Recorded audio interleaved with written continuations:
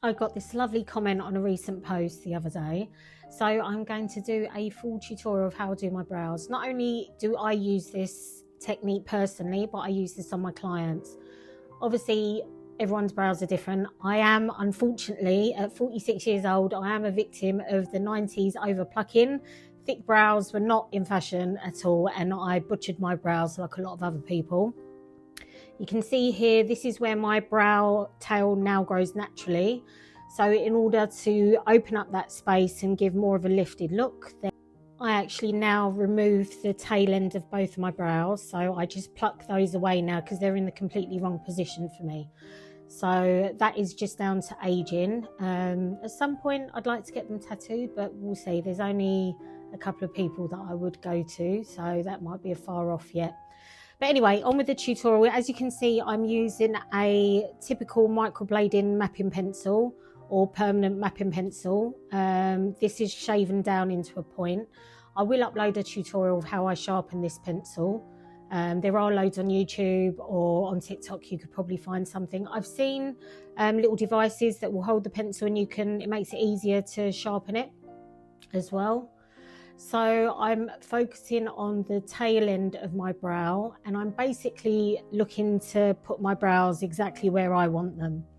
So you can see with the tail end of my brow, I've taken that right out and given it more of a lifted arch, which naturally they don't look like anymore. You know, they used to maybe about 30 years ago, but yeah, they don't look like that anymore now. So I'm basically just putting my brow where I want it. I do have some hair there, so I'm just working with what I have. So you can see the difference between those.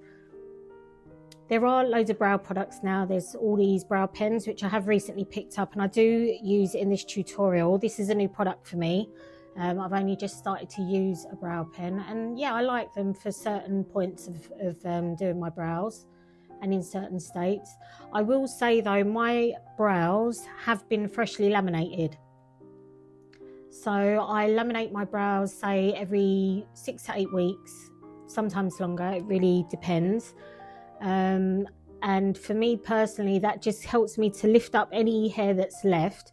So it increases like the perimeter of my brow, because naturally they don't brush up naturally and stay there. So I have to use the lamination to make them appear thicker. So just using that same pencil to create a baseline of the brow here. I've already filled in the front, and you can see throughout this tutorial, I'm doing a handful of strokes, checking my work, looking in the mirror. Obviously it's very different doing this on yourself than a client, but the same applies. You know, if you're having to create a brow out of nothing on a client, it would be the same. You're going to add a few strokes, take a step back, have a look at your work. If you're lucky enough to be stationed in front of a mirror, check out what their brows look like in the mirror. I know obviously over the years we've heard that term, you know, eyebrows are sisters, not twins, but I like having twin eyebrows. I like them as symmetrical as possible, but natural as possible, which is why obviously my personal brow routine has changed a lot over the years, as products have. Now that I'm the age that I am, I find that this particular routine works well for me. But I use this technique on a lot of my clients of any age. A lot of my younger clients do have a lot of full brow hair, so most people need a little bit of extra filling. With when I say filling, I'm talking hair strokes, actual individual hair strokes, rather than blocky colour. That's what keeps it looking natural. And I would say majority of people, majority of my clients, majority of your clients, it's just a little bit of definition in the front and through the arch and through the tail of the brow. That's where most people are missing the extra definition. So I'm just using my HD Brow Pro palette. I think these are discontinued now, but I just use like a medium brown, nothing too cool toned, nothing too warm. Quite a neutral brown I use for myself. And I'm using an angled eyeshadow brush.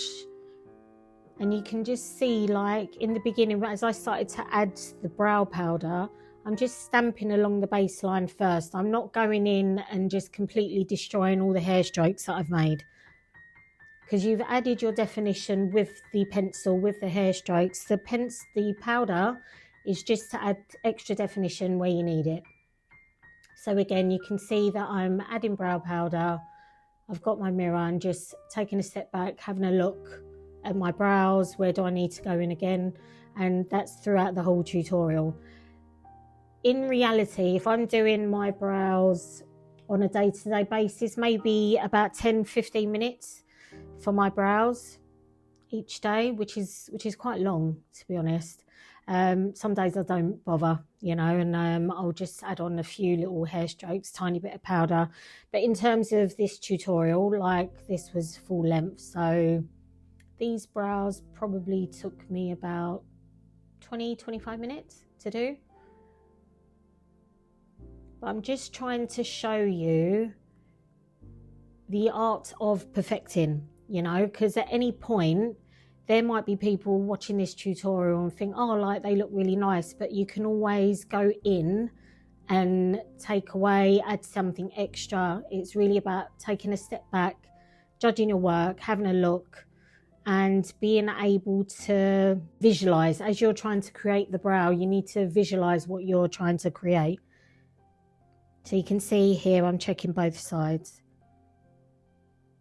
There's a lot of correcting, a lot of cotton buds, taking back, adding more, and it's all these little tweaks. And any brow stylists on here, any brow techs know that even removing a few hairs, like, changes the shape of, like, brows completely, you know, or adding a few hair strokes here and there can completely transform someone's brows. So this is what it's about, like, taking a step back from your individual client and having a look at what you can create.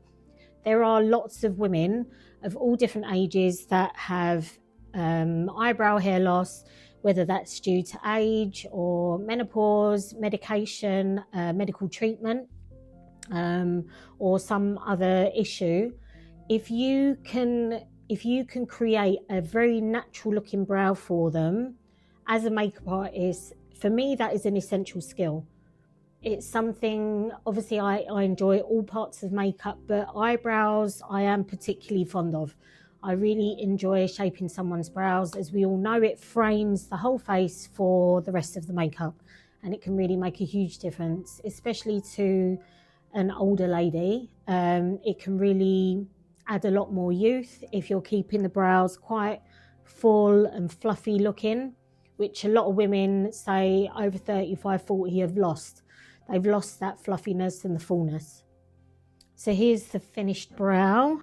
I will be uploading a new tutorial in about 5-6 weeks as my lamination starts to wear off. So I have a completely different routine for that. Thanks for watching.